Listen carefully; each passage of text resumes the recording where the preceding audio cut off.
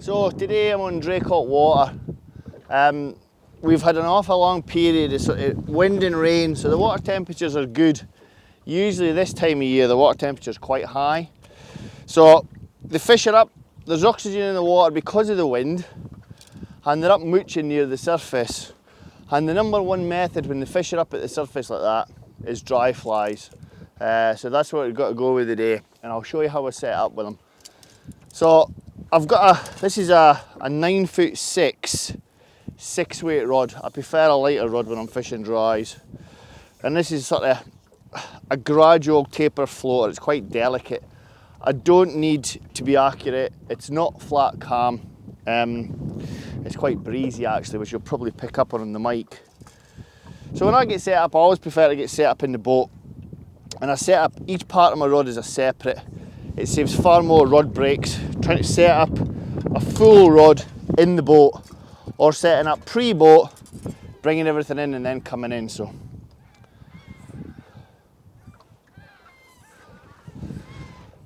it may be a little bit windy here, we'll see. I've got a drogue, but the fish are in open water. So my plan is to target open water. So I work my way back for the tip, down to the butt section, obviously making sure that we didn't get any tangles, we didn't get any line wrap around the rod, like that.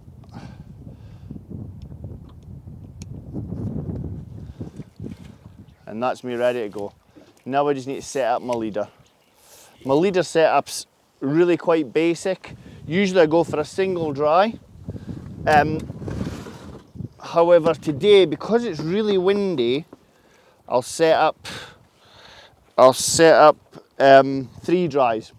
And the dries that I choose are a little ginger bits, another little ginger bits, or a Crystal Flash Shipmans, and a flat daddy on the point. So setting up my leader, I basically go straight through 7-pound fluorocarbon. If it was flat calm and my flies have got to be in the water for any length of time, I'd fish copolymer. But as is, 7 pound, 7.3 Fluoroflex strong. And keep everything quite close. 6 foot to 7 foot to the first dropper, 6 foot to the next. And that's me used on my nylon. If I can just grab it. And then another further 6 foot to 0.5. So I've got 12 foot of tippet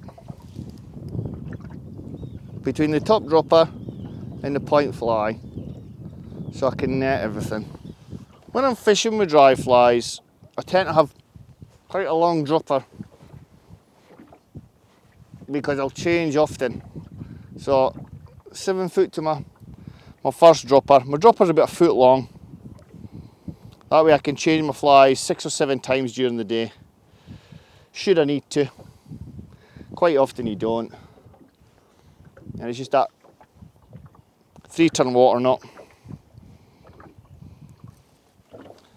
And then my next dropper is 6 foot away for that. And 6 foot for me, forgive the wind, 6 foot for me is a full arm stretch.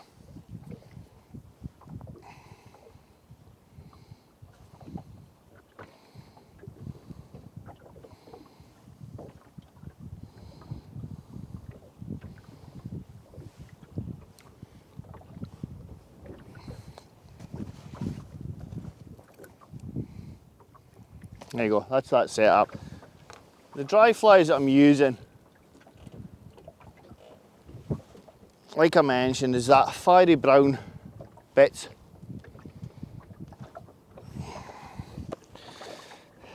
And that's a size 14.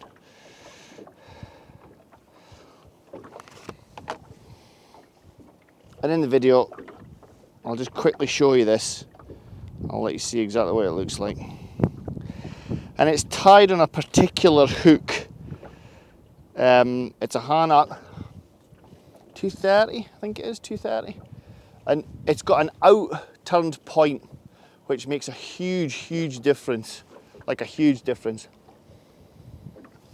And then on the middle, I've got a Claret Crystal Flash Shipmans. If this doesn't work, I'll go to 2 Bob's Bits. So that's your Claret Crystal Flash Shipmans. And if you have a look on my channel there's actually a video on how to tie that. And then just make sure I've got 6 feet to the point fly, otherwise I can't net anything. And then on the point, I've got a flat daddy, which just sits in the surface.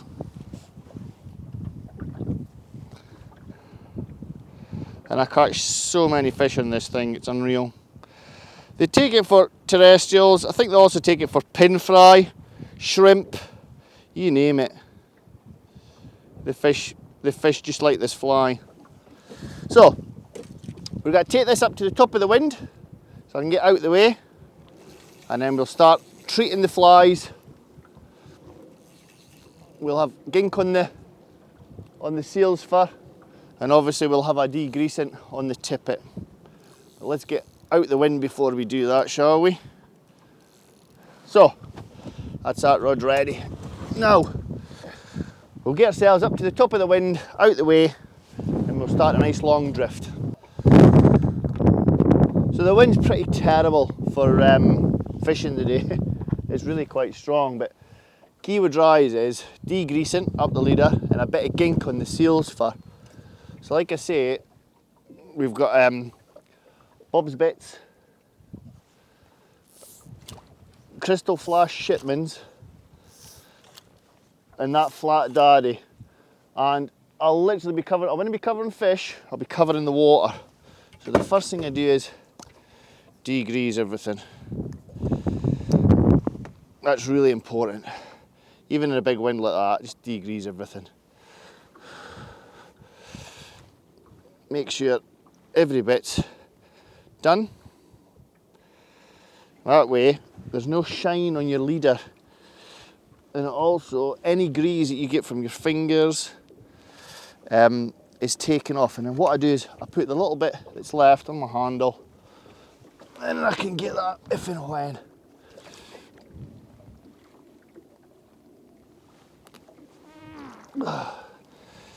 So now I'm just going to apply a little bit of floating. And the way I do that is I stick some in the back of my hand. That way I'm not touching any with my fingertips. Back of my hand, rub the fly in. So that was the bits. What on earth? And then the Crystal Flash Shipmans as well. God, that's windy.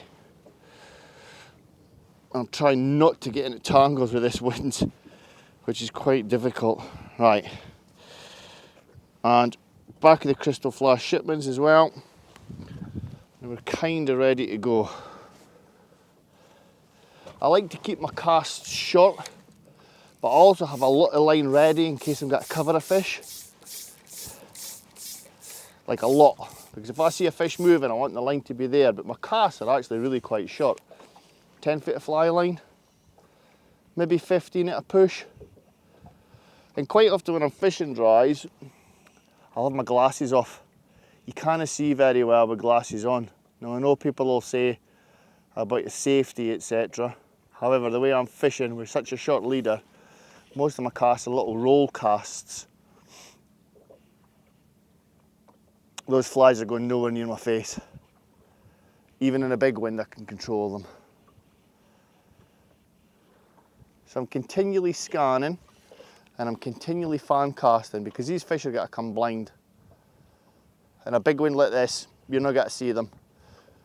In a lesser wind or in a wind lane, then you'll definitely see the fish. What I would say is if you have got a wind lane, get to one edge, one side or the other. Forget the middle, you want to be on the edge.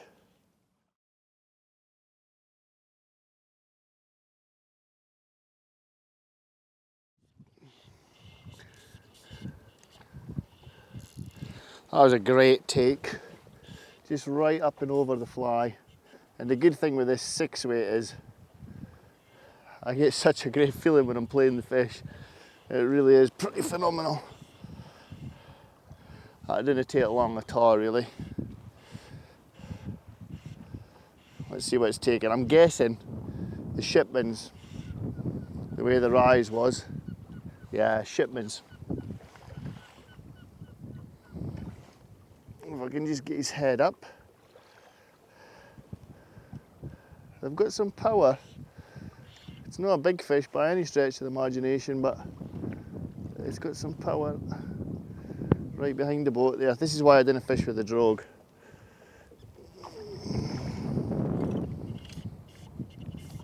Yeah, he's going. He's going all right. See if I can get him round this way. Come on, Steve, get in control. There he is. And we got him. Just wet my hands.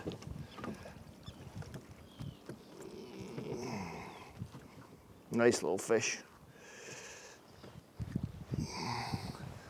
On the Shipman's buzzer. Barbless hooks make a big difference. There we go, and we'll just get him back. What I will do after I've had a fish on any seal's first fly is I'll take all the moisture out of the seal's fur, just in my jacket or my jumper, and then just grease them up again.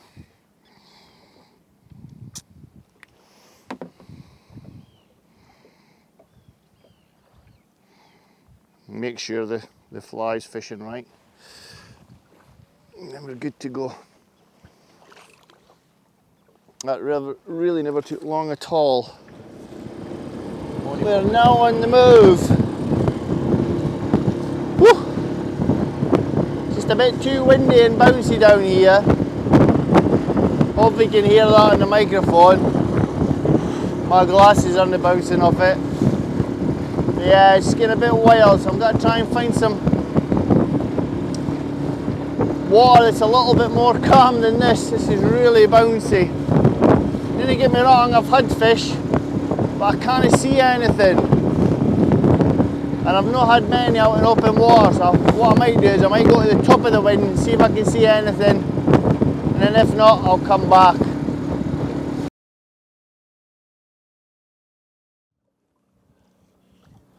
And well, a lot of this, it just needs to land on your nose. It's not like pulling lures where you're bringing fish in, or fishing nymphs who are in the water for a long period of time, like that.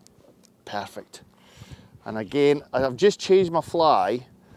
I take the claret Shipmans off, and because it's bright, I've put an orange Shipmans on. When it's bright, bright fly. When it's dull, dull fly. Never a truer saying.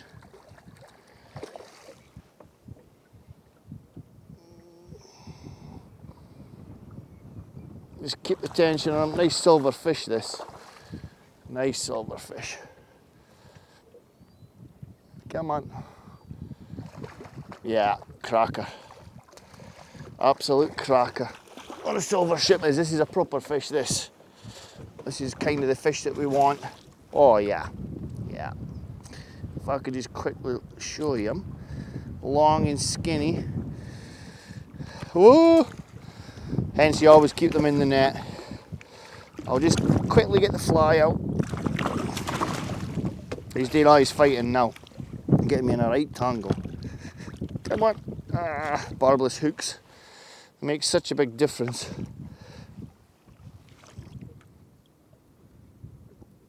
I'll just quickly show you this one. This is a proper silver fish. I'll just rest that there and I can show you him over the net. Look at that. Silver, skinny, beautiful. What a stunning rainbow that is. Let's get him back. On the dry, he's perfect.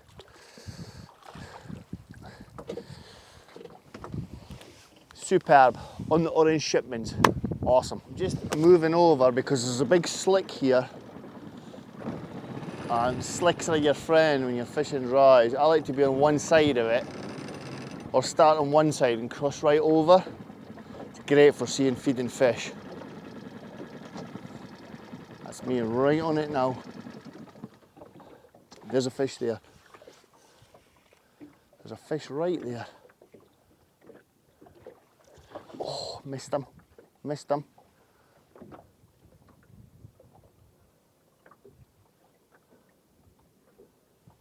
Bugger, missed that. There he is, there he is, there he is, there he is. He's going across the wind. See if that gets him.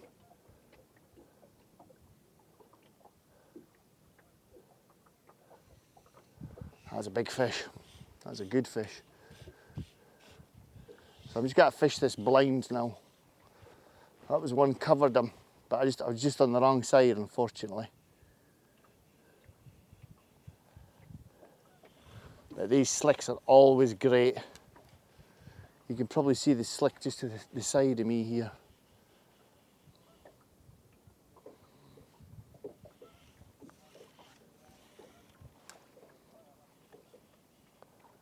Always keep your eyes open in the slicks, because there'll be really small rises. Because the surface tension is really thick, anything gets trapped, the fishes come up, head out. It's not like in a big wind where you see them a mile. I was really unlucky. Just as I pulled in there, I just couldn't quite cover that one. A nice fish as well. This wind should take me right down the right hand side of this slick, hopefully.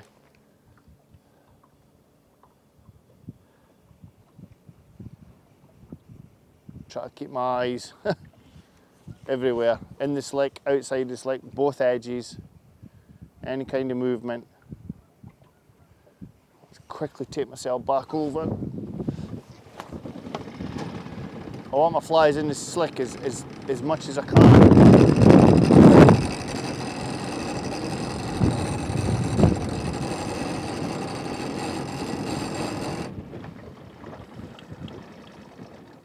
It's funny, I haven't seen a single fish since I've seen that first one, which is rare, because if there's one in the slick, there's usually a pod and they'll be working it.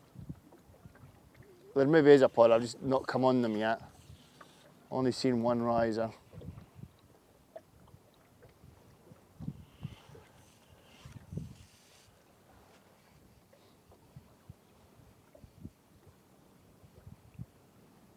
Now, is that a fish? Someone just caught my eye. God.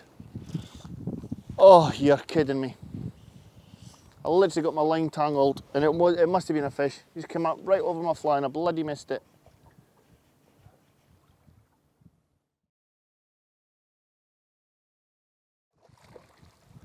This one's again on the orange shipments. My lines are tangled round the buoy. There you go. Whoa, whoa, whoa, steady, steady, steady. Steady.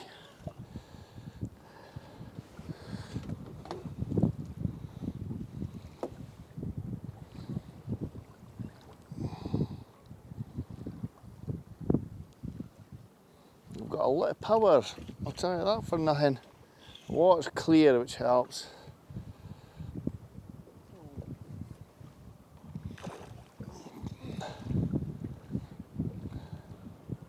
Come on, wee man. Come on, wee man.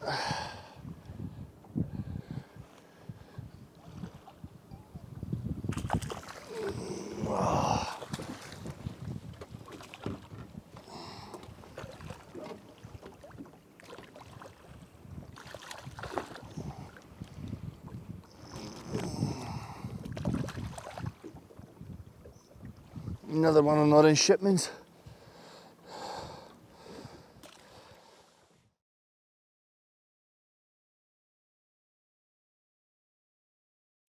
So there you go, a very successful day fishing dries. Although there's many, loads of different patterns, there's 3 or 4 that I tend to go with. Colours as well, there's certain colours that I like: red, fiery brown, black and orange. These are pretty much the flies I use in the day. Not an awful lot at all. Keeping it very simple. The other thing I would say when it comes to fish and dries, make sure you've got the right leader. I like this stuff. It's thin and it's supple. Also, I would suggest always treat your flies. Degrease the line, treat your flies with a bit of float, and you won't go far wrong. Keep all that stuff in mind, keep it simple, and you'll have a great day on the water.